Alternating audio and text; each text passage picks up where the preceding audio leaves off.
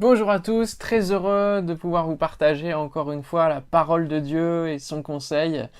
Aujourd'hui, j'aimerais aborder avec vous ce titre, ce thème, Décris-moi Dieu, je te dirai si tu le connais.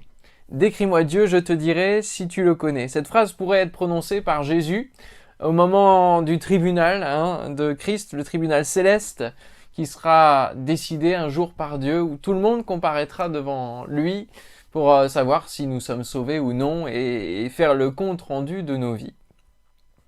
Nous entendons tellement de choses sur qui est Dieu, de toutes sortes.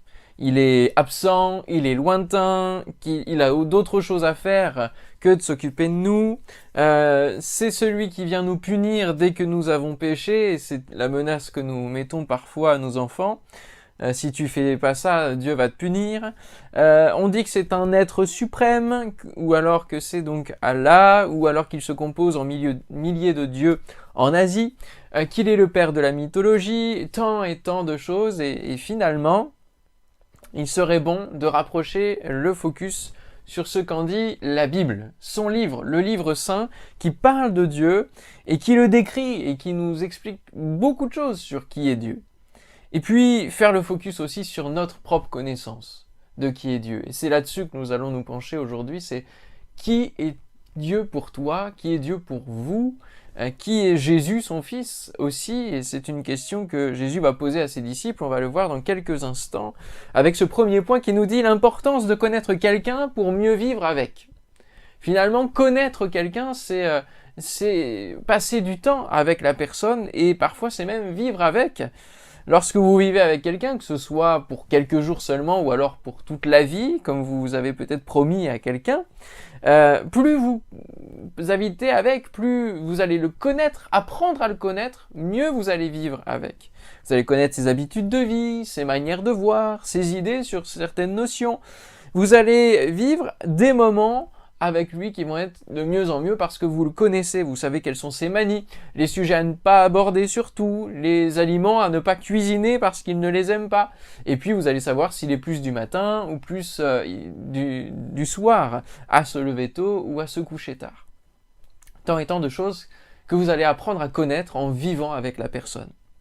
Alors que les disciples sont avec Jésus depuis quelque temps déjà et qu'ils s'apprêtent, Jésus, à leur confier qu'il va mourir et de quelle manière il va mourir, il va s'enquérir auprès d'eux de savoir s'ils le connaissent véritablement bien ou non, et il va leur poser une question qui pourrait être vraiment étonnante. Qui dites-vous que je suis? Au final, il remet tout à zéro et il leur demande pour vous, je suis qui? Je suis qui? Qui dites-vous que je suis? C'est dans l'évangile de Matthieu au chapitre 16. Et alors l'un des disciples, Pierre, celui qui va souvent ouvrir la bouche dans les questionnements ou les réactions face à Jésus, va dire « Tu es le Christ, le Fils du Dieu vivant ». Et alors cette révélation va amener toute une suite, et Jésus va lui dire que cela ne vient pas de Pierre lui-même, mais d'une révélation que Pierre a reçue, une inspiration, comme poussée par Dieu d'en haut à dire cette phrase, tu es le Christ, le Fils du Dieu vivant, à rattacher cette alliance de Dieu le Père avec Dieu le Fils, et reconnaître que Jésus est plus qu'un simple homme, plus qu'un prophète, et plus qu'un homme qui fait des miracles, qui a de super pouvoirs, c'est le Fils de Dieu. Mais il fallait à Pierre traverser le reniement, traverser la croix, puis ensuite la restauration de Jésus qui va lui poser cette autre question, finalement, m'aimes-tu? Et puis, après la résurrection, cette expérience aussi de la Pentecôte, une fois que Jésus est parti après l'ascension, la Pentecôte, la descente du Saint-Esprit qui va leur permettre à Pierre de réaliser véritablement que Jésus était et est toujours le Fils de Dieu. Et tout simplement, cela a réalisé qu'il pouvait ensuite prêcher le message de la croix à plus de 3000 personnes qui vont se donner au Seigneur juste après la Pentecôte, la venue du Saint-Esprit dans le début des actes. Et alors, il a pu prêcher avec force et conviction parce qu'il connaissait véritablement qui était le Fils de Dieu, qui était Jésus, et il a pu dire même, nous le connaissons parce que nous avons vécu avec lui, nous avons été avec lui, et nous avons un témoignage qui est là présent. Et vous, Comment décririez-vous Jésus? Comment décririez-vous votre Dieu? Il y a de grands moyens de savoir si vous vivez avec lui ou si votre description de Dieu est juste ou non. Et nous allons le voir dans ces 2 prochains points. Et je dirais même que je n'ai pas besoin de connaître Dieu pour savoir si vous le connaissez, votre Dieu. Cela doit transpirer de vous. Et donc le 2e point, c'est je te dirai que tu l'écoutes parce que tu me répètes ce qu'il te dit. Je te dirai que tu l'écoutes parce que tu me répètes ce qu'il te dit. Pour connaître quelqu'un, il faut l'écouter. Et oui, il faut d'abord se taire et puis écouter, apprendre à connaître ses passions, ses envies, ses rêves, son histoire, son parcours, ses problèmes aussi. Savoir entendre ce qui revient souvent dans les paroles, les choses qui tiennent à cœur. Pour connaître Dieu, c'est la même chose. Il faut passer du temps avec lui pour l'écouter, nous parler. Et bien souvent, nous voyons au travers de la vie de prière simplement un monologue qui est en direction de la terre vers le ciel, mais il y a avant toute chose le fait d'écouter Dieu, pour justement prier en accord avec sa volonté. Et pour connaître sa volonté, eh bien il faut apprendre à l'écouter, apprendre à connaître le cœur de Dieu. Ça tombe bien parce que Jésus s'est fait chair et c'est la parole faite chair, la parole incarnée. Il est le Verbe, nous dit le 1er chapitre de l'évangile de Jean. Et donc il a beaucoup de choses à nous dire. Et la parole, bien sûr, c'est la Bible. Et avec la Bible, vous en découvrez sur Dieu. Vous allez voir que la punition systématique que l'on a l'habitude d'entendre n'est pas son mode de procédé pour communiquer. Vous allez découvrir qu'il est plus un père qui rétablit la justice dans l'amour. Plus ces paroles, ces versets vont être sur vos lèvres, dans vos prières, dans vos conversations, dans votre maison, où que vous soyez, dans votre voiture, plus cela va montrer que vous l'écoutez et que vous prenez du temps avec lui régulièrement. Et donc que vous agissez selon sa parole, en accord avec sa parole. Bien sûr, au travers de l'écoute et de tout cela, c'est la vie de piété dont je parle.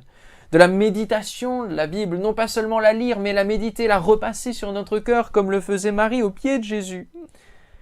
Et puis, la prière, la vie de prière, véritablement. Et si je parle de cela et que ça fait écho d'une mauvaise manière dans votre vie en disant « mais moi, j'arrive pas à avoir une vie de piété, j'arrive pas à prier, j'arrive pas à méditer la Bible », eh bien, abordez-le sous cet angle, de vous dire « je vais mettre un rendez-vous, une rencontre avec mon Père dans ce lieu secret où je dois prier, cet endroit où je vais être tranquille. » Tous les jours, prévoyez un rendez-vous, une rencontre avec le Père, qui lui se tient là dans le secret de votre chambre et qui est prêt à vous écouter et qui est prêt à vous parler. Vous allez parler de son amour, de sa grâce, de sa bonté, de sa grandeur, de sa paix, de son retour, de cette libération qu'il procure à chacun de ceux qui croient en lui et qui croient en cette vérité qui affranchit. Car Dieu veut que tous les hommes soient sauvés et parviennent à la connaissance de la vérité. C'est dans 1 Timothée chapitre 2, verset 4. Troisièmement, je te dirai qu'il est ton ami, parce que tu en parles tout le temps. Je te dirai qu'il est ton ami parce que tu en parles tout le temps. Ainsi s'accomplit ce que dit l'Écriture, Abraham crut à Dieu et cela lui fut imputé à justice et il fut appelé ami de Dieu. Jacques chapitre 2, verset 23. Abraham fut appelé ami de Dieu. Avoir Dieu pour ami, c'est un sacré statut et c'est celui qu'Abraham a eu, tout simplement parce qu'il a suivi un Dieu qu'il ne connaissait pas et qu'il a appris à connaître au fur et à mesure qu'il a cheminé avec lui.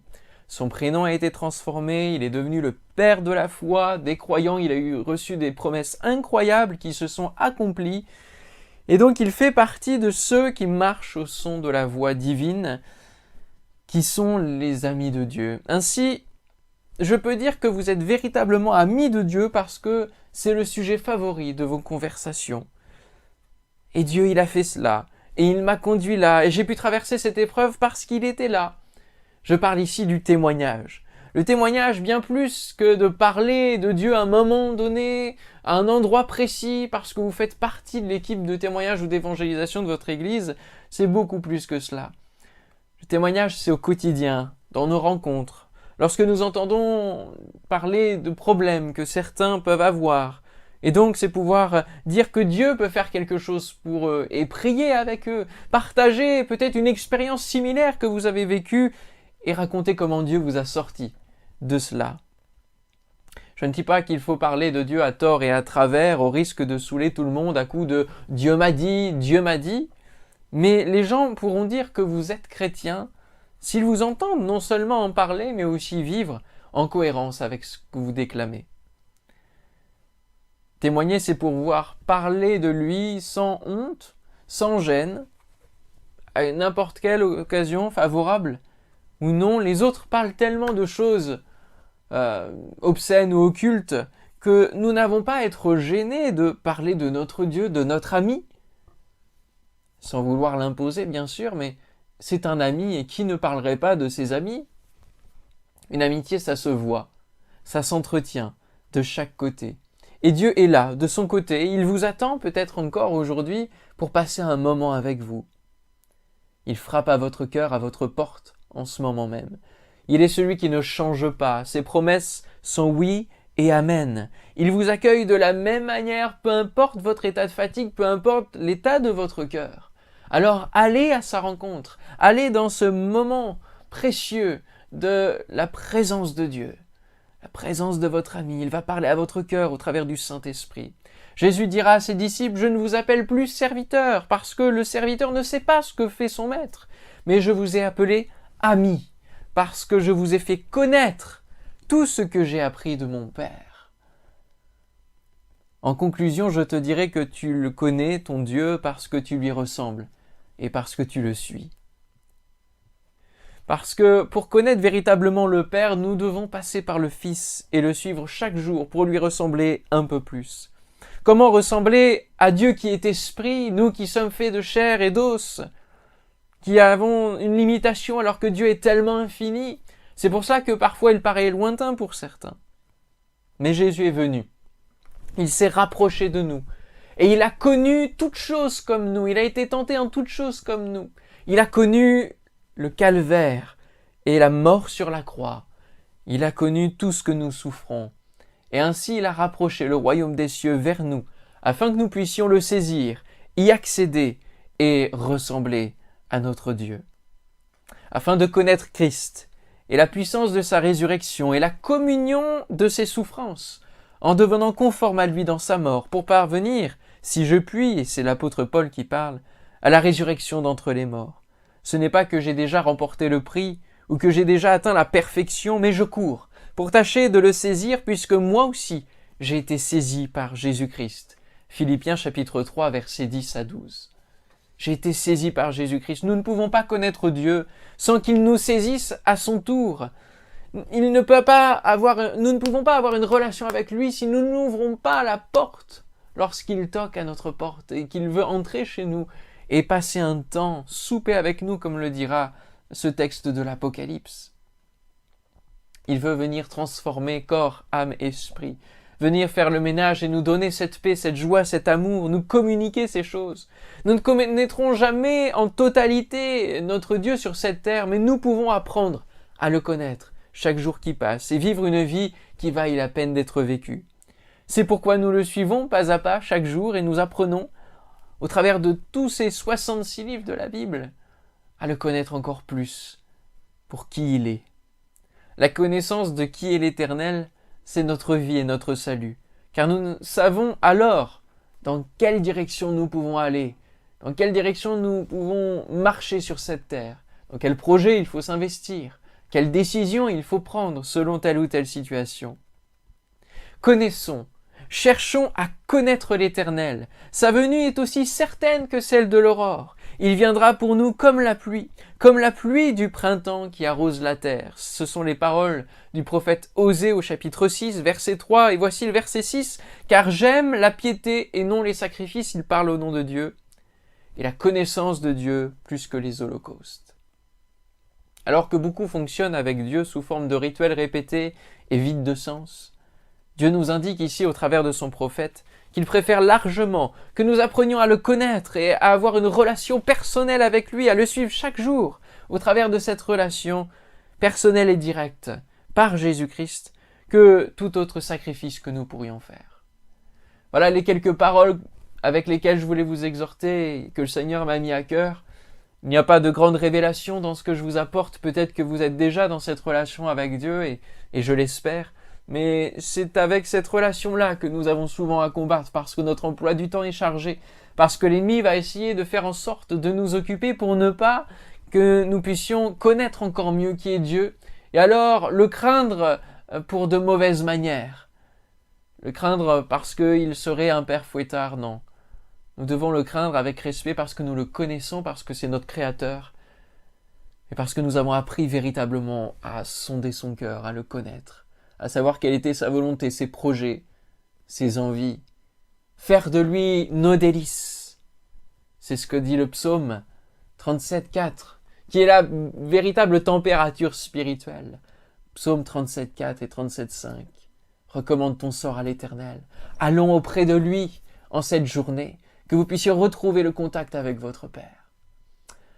Merci Seigneur pour cette parole. Merci notre Dieu, tu es puissant, tu es grand, tu es bon. Et Seigneur, donne-nous d'être cohérents et de venir chercher à te connaître. Chercher premièrement le royaume et la justice de Dieu. Et alors toutes ces choses viendront par-dessus. Seigneur, donne-nous d'être dans ce principe divin, ce principe biblique. Et de pouvoir nous attacher à toi, grandir en toi, être planté, enraciné en toi, comme cet arbre qui est auprès du courant d'eau. Oui, ton ruisseau est plein d'eau, oui, ton ruisseau est plein de bénédictions, plein d'abondance, plein de paroles bonnes qui peuvent s'accomplir, de promesses qui peuvent venir dans notre vie, d'œuvres que tu as préparées d'avance. Seigneur, donne-nous de nous en saisir, en venant à ta rencontre et en te connaissant toujours un peu plus chaque jour.